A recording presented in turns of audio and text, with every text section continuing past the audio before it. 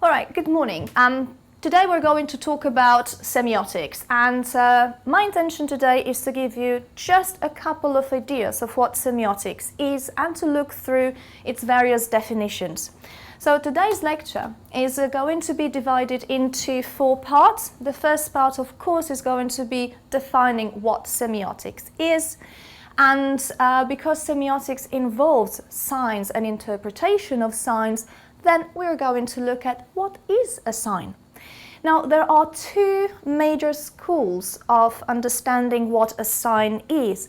One is led and was led by Ferdinand de Saussure, and he introduced the idea of semiology. And the second school was led, or was, it's now recognized, the school of Charles Sanders Peirce, and his broader understanding of a sign, which is now what we call semiotics. Now, first of all, let's understand what semiotics is.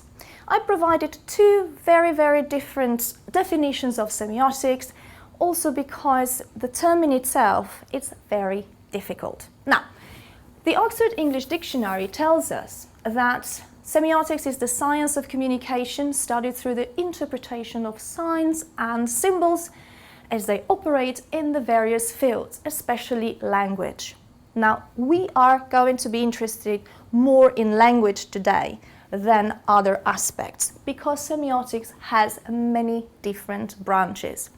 Now, the second definition of semiotics is by a leading semiotician today, Winifred Neuf, who refers to semiotics as the science of meaning.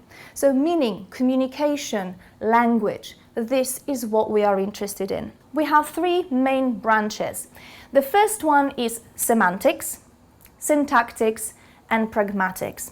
What are they? Well, semantics is what we are interested in, and this is what Saussure started. And it looks at the relationship between a sign, and a sign can be anything, can be a word, an object, a concept, a thought, and what it stands for. If you think about it, any word stands for something else. And the reason why today we're going to be looking only at semantics is because we're interested in language specifically.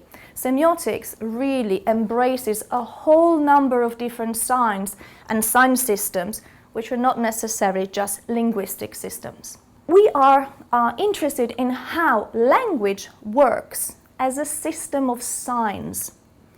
And obviously the next question is, well, we've been talking about signs so much, and I said a sign can be anything. It can be a thought, it can be an object, it can be a word.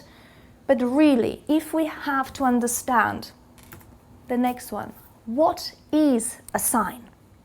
Well, as I said to you before, we have 2 different ways of looking at that. And we're going to concentrate first and foremost on Ferdinand de Saussure, who in his famous book defined a sign as the relationship, bear in mind, between a sound image, which he called a signifier, and the concept that that image or sound is related to, that he called a signified.